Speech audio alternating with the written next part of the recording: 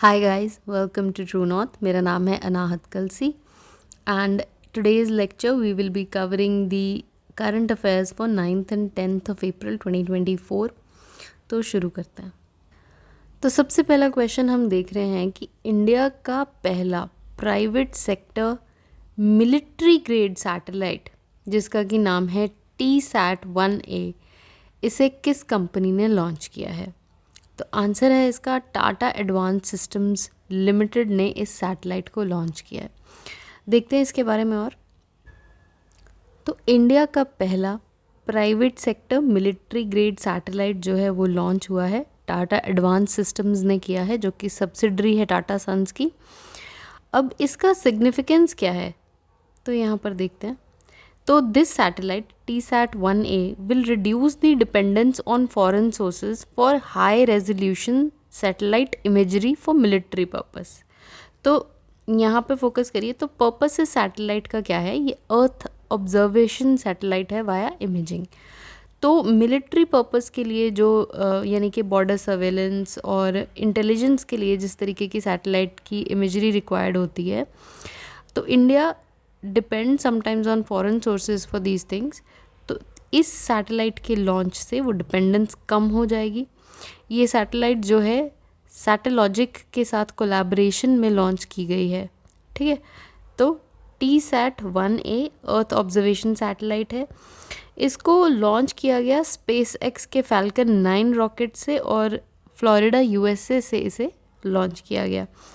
तो space x ने जो है बहुत सी सैटेलाइट्स लॉन्च की हैं और उस मिशन का नाम था बैंडवैगन 1।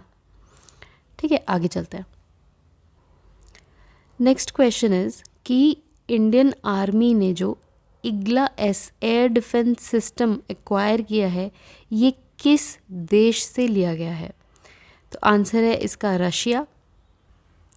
तो इंडियन आर्मी ने एक्वायर किया है Igla S MANPAD system from Russia. तो ये इंडिया की जो है कैपेबिलिटी को सिग्निफिकेंटली इम्प्रूव करेगा किस चीज़ में, very short range air defence capabilities में, ठीक है। अब इनिशियल बैच तो जो है वो रशिया में प्रोड्यूस किया गया है, बट आगे जो फर्दर सिस्टम्स होंगे they will be manufactured in India. तो इससे सेल्फ रिलायंस आत्मनिर्भर में भी बूस्ट मिलेगा। तो इसका डिप्लॉयमेंट कहाँ पे होगा, तो इसका इंटेंडेड यूज़ है माउंटेनस टेरेन है जो नॉर्दर्न बॉर्डर ऑफ इंडिया पे, वहाँ पे जो है इसका डिप्लॉयमेंट किया जाएगा। तो Russian Igla S air defence system किया है इंडियन आर्मी ने एक्वायर। तो अभी रिसेंट ही हमने एक न्यूज़ पढ़ी थी कि वेनेजुएलन पर्सन जुआन विसेंट पेरेज जो हैं he had passed away.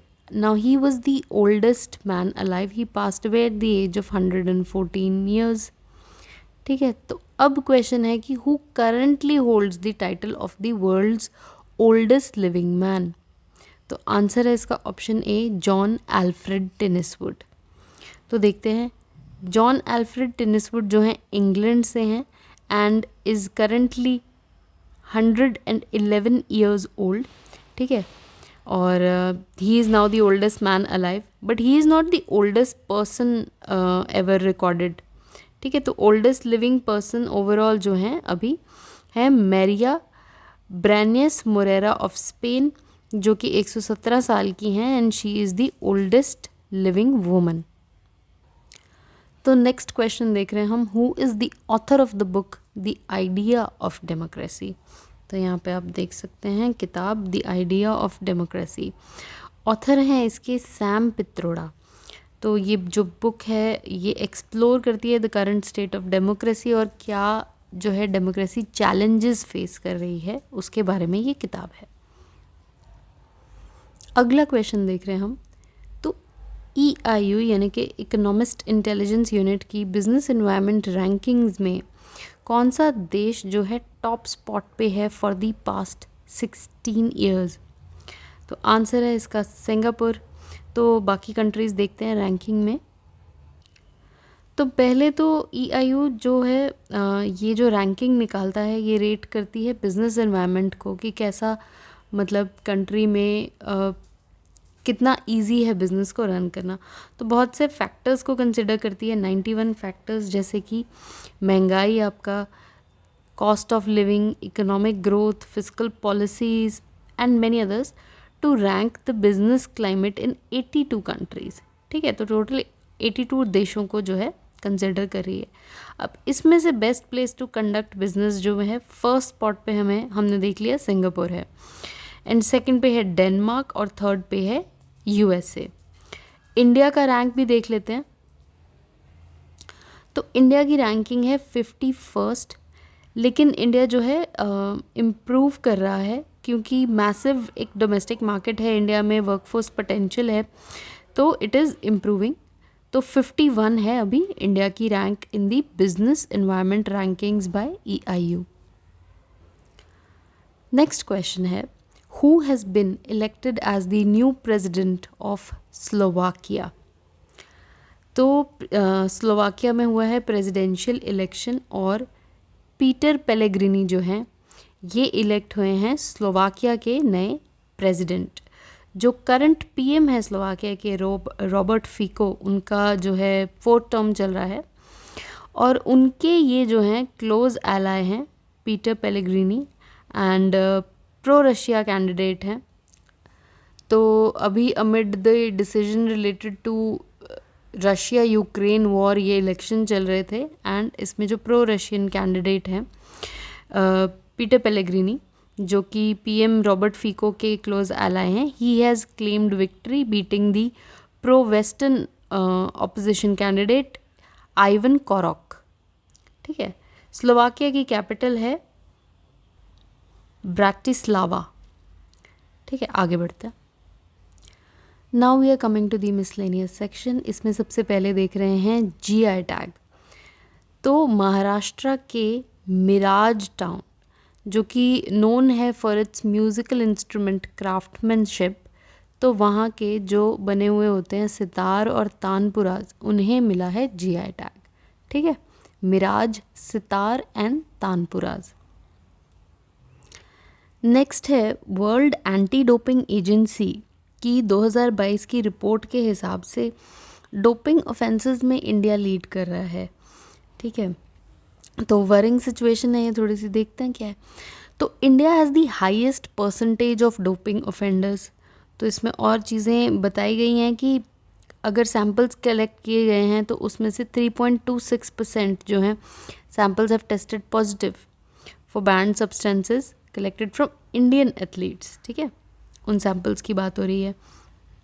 India में जो डोपिंग वायलेशंस है बाकी जैसे स्पोर्टिंग नेशंस हैं major, Russia, US, Italy, France, उनसे ज़्यादा है।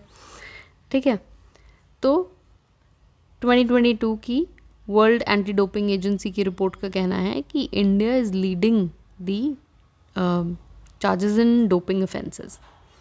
आगे बढ़ते हैं। नेक्स्ट हम देख रहे हैं CIDC विश्वकर्मा अवार्ड्स। तो CIDC है आपका कंस्ट्रक्शन इंडस्ट्री डेवलपमेंट काउंसिल। तो ये एपिक्स बॉडी है जो कि प्रमोट करती है बेस्ट प्रैक्टिसेस इन दी इंडियन कंस्ट्रक्शन इंडस्ट्री। ठीक है, तो CIDC द्वारा इंस्टीट्यूटेड अवार्ड्स हैं ये विश्वकर्मा अवार्ड्स, ये कंस्ट्रक्शन सेक्टर में दिए जाते हैं। ठीक है, तो 3 विनर्स को हमें यहाँ पे देखना है, गेल इंडिया लिमिटेड, SJVN एंड आपका इंजीनियर्स इंडिया लिमिटेड EIL। तो देखते हैं। तो गेल इंडिया लिमिटेड जो है इन्होंने जीता है in the category of achievement award for best construction project category. ठीक है, तो ये कौन से प्रोजेक्ट के लिए जीता है इन्होंने? तो बरौनी गुवाहाटी नेचुरल गैस जो पाइपलाइन प्रोजेक्ट था गेल का, जिस प्रोजेक्ट में कि नॉर्थ ईस्ट इंडिया को पहली बार नेशनल गैस ग्रिड से कनेक्ट किया गया है, उस प्रोजेक्ट के लिए ये अवार्ड इन्हें दिया गया है। पाइपलाइन है ये 718 किलोमीटर्स की, जो कि एनवायरनमेंट फ्रेंडली नेचुरल गैस जो है डिलीवर करेगा to the north east region. ठीक है, तो इस पाइपलाइन के लिए बेस्ट कंस्ट्रक्शन प्रोजेक्ट कैटेगरी में गेल इंडिया को अवार्ड किया गया है। देन कॉर्पोरेट सोशल रिस्पॉन्सिबिलिटी के लिए CSR प्रोग्राम्स के लिए SJVN यानी कि सतलुज जल विद्युत निगम लिमिटेड को सम्मानित किया गया है in the category of social development and साथ ही पार्टनर्स इन प्रोग्रेस ट्रॉफी भी इन्होंने जीती है। फिर इंजीनियर्स इंडिया लिमिटेड जो है इसे अवार्ड किया गया है in the category of construction health safety and environment for the Rajasthan refinery project in Barmer. तो इसमें से इतना भी आप याद, GAIL India limited best construction project, तो सफिशेंट है। आगे बढ़ते हैं। तो पंजाब के मलेरकोटला डिस्ट्रिक्ट में जो है एक इनोवेटिव इलेक्शन इनिशिएटिव लॉन्च किया गया है, एक वेबसाइट लॉन्च की गई है कॉल्ड बूथ राब्ता। ये वोटर एंगेजमेंट इम्प्रूव करने के लिए है, ठीक है। उसके बाद last article of the day हम देख रहे हैं कि रशिया से जो क्रूड ऑयल इंपोर्ट करते हैं देश वाया सी, शिप्ड बाय सी यानी कि सी बॉर्न रूट से, उसका जो है India was the largest importer, but China ने सरपास किया है अब इंडिया को, and China is become the largest importer for this particular thing, यानी कि रशियन क्रूड ऑयल वाया सी। तो बेसिकली इंडिया ने अपनी इम्पोर्ट्स जो हैं रशियन क्रूड ऑयल की ये थोड़ी डिक्रीज़ की हैं, ठीक है। एक तो रशिया ने जो इन्वेजन किया यूक्रेन का, उसकी वजह से जो टेंशन्स चल रही हैं, सैंक्शंस, प्राइस इंक्रीज, उसकी वजह से, एंड सो डाइवर्सिफाई कर रहा है इंडिया। तो इसमें पर से ये कोई न्यूज़ इम्पॉर्टेंट नहीं है, मतलब इंडिया अपने ऑयल इंपोर्ट्स डाइवर्सिफाई कर रहा है। रशिया से हमने थोड़ा कम किया है क्रूड ऑयल लेना, और इराक से जो है हमने अपनी परचेजेस इंक्रीज़ की हैं, ठीक है। बस इसमें यही चीज़ देखने वाली है। तो ये हैं 2 क्वेश्चंस आपके सॉल्व करने के लिए। सबसे पहला क्वेश्चन है, where is DRDO's new weapon system test facility being constructed. तो कहाँ पे DRDO जो है अपनी नई टेस्ट फैसिलिटी कंस्ट्रक्ट कर रहा है। ये हैं आपके ऑप्शंस, आप कमेंट्स में आंसर करके बताएं। दूसरा क्वेश्चन है, where was the recently unearth 5200 year old Harappan settlement found. तो कहाँ पे जो है एक्सकवेट की गई है रिसेंटली हरप्पन सेटलमेंट। तो ये आपके ऑप्शंस हैं, आप कमेंट में आंसर करके बताएं। Thank you so much for watching. आज का लेक्चर यहाँ पे रैप अप करते हैं। अगर आपको ये वीडियो अच्छी लगी हो तो drop a like and subscribe to the channel if you haven't already, and you have a wonderful day.